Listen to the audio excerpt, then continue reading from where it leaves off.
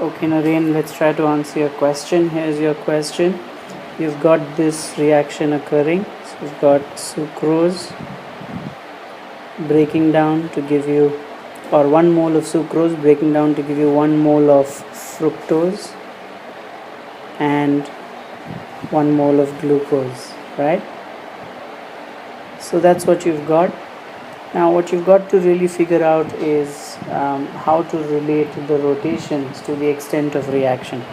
So let's assume that at any point in time, let's start with 1 mole, yeah? So at absolute beginning, you've got 1 mole of sucrose, 0 of fructose, 0 of glucose. Let's say x moles of sucrose decomposes or forms sucrose and glucose, yeah? So x moles is gone, you're left with 1 minus x moles of sucrose. You've also got x moles of fructose, x moles of glucose. Now the total rotation will really be the rotation that is combined by each of these. And therefore, the total rotation at any given point will be 1 minus x times the rotation per mole of glucose. And if I'm not mistaken, that's given to you as 85 degrees. Plus the rotation due to fructose, and if I'm not mistaken, that's given to you as minus 86 degrees, yeah? So minus 86.04, and there's x moles of that, plus the rotation due to glucose, and that given to you as 74 degrees, and you got x moles of that. Now this is equal to whatever is given to you as the rotation, yeah? So let's assume, so you've got two values of this, yeah, two values of this for the 2 degrees of rotation given to you, which means you can find x, the extent of reaction that has happened at t equal to 0 and at t equal to 10 minutes, right? Now remember that this t equal to 0 is where the question started to measure it. So really you have to think about time in 3 levels. So really t is equal to 0 when there was only 1 mole of sucrose.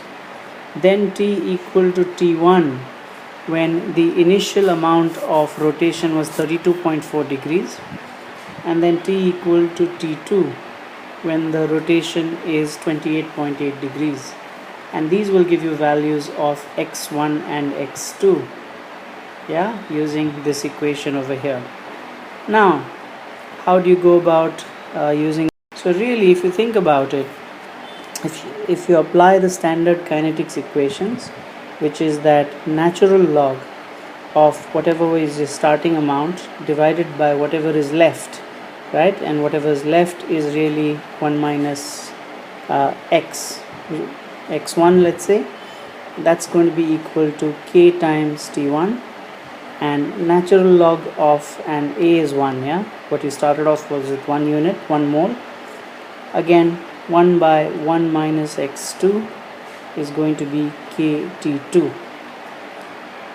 Now what you've got is you know what is x1, you know what is x2, right?